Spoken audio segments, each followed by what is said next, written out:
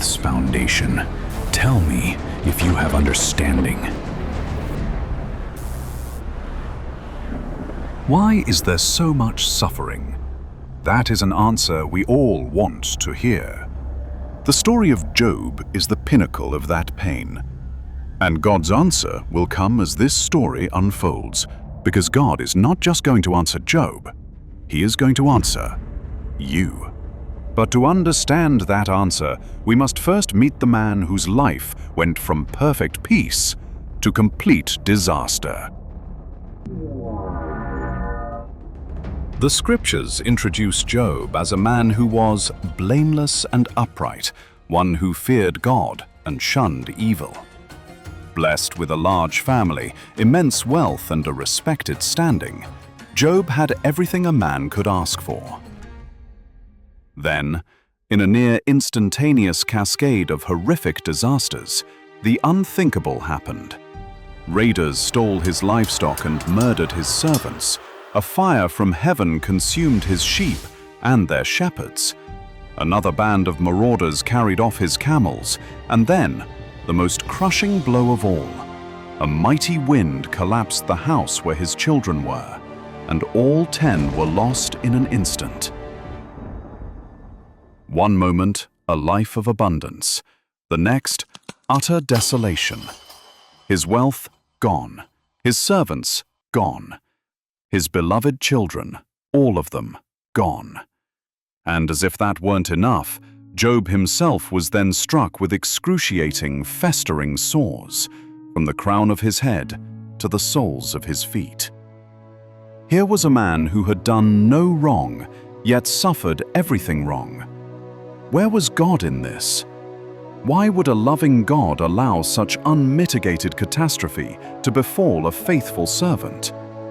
These are the questions that screamed from Job's anguished soul. His friends arrived, intending to comfort, but their words often became unintentional daggers. They searched for reasons, for hidden sins, for theological explanations to try and understand Job's suffering. "Surely you've done something to deserve this," they implied. "Confess, and God will restore you." But their attempts to fit an infinite God into the small boxes of their finite understanding did nothing but add intellectual torment to Job's physical and emotional agony. For weeks, Job sat in ashes, scraping his sores, wrestling not just with his pain, but with the terrifying silence of God, whom had not answered his cries. He began to think perhaps God had abandoned him entirely, or even worse, become his enemy. Through it all, Job did not curse God, though he certainly questioned him with raw, desperate honesty. What he longed for was an audience, a chance to plead his case, to understand the why behind his suffering. He wrestled, he lamented, he teetered on the brink of despair. Yet, a flicker of faith, however battered, remained. And then, after what must have felt like an eternity of silence, God finally spoke. Who is this that questions my wisdom without knowledge? Brace yourself like a man. I will question you, and you shall answer me. Where were you when I laid the foundations of the earth? Who hung the stars in their courses and named them one by one? Who tells the lightning where to go? And does it reply to you, "Here I am"? Every star that burns, every tempest that rages, every seemingly random detail of creation is perfectly within my sovereign design, under my meticulous control. For my eye sees all, nothing is hidden from my sight. When my servant Job cried out from the ashes of his life, I did not offer him platitudes or simple explanations for his pain. I offered him myself, the presence of the living God. For what greater answer is there to suffering than the one who also suffered? If I am for you, who can be against you?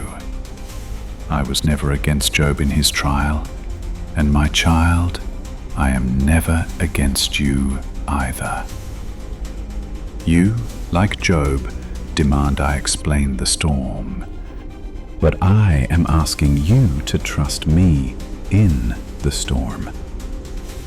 For I too know the crushing weight of suffering. To redeem a world lost in darkness, I gave my only Son. Never forget that the greatest suffering became the very source of your eternal victory.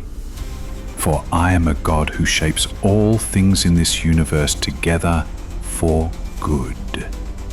The remedy you seek is not in an answer, it is in an encounter.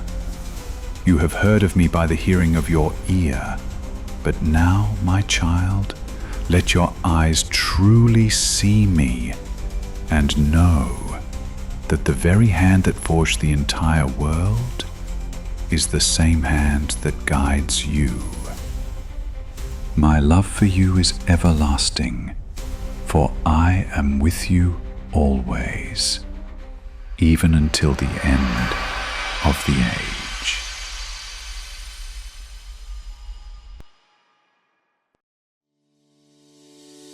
The story of Job reminds us that in our deepest suffering, the answer we need is not an explanation, but an encounter with God Himself. If you enjoyed this message, please check out our other videos and subscribe so you never miss a story.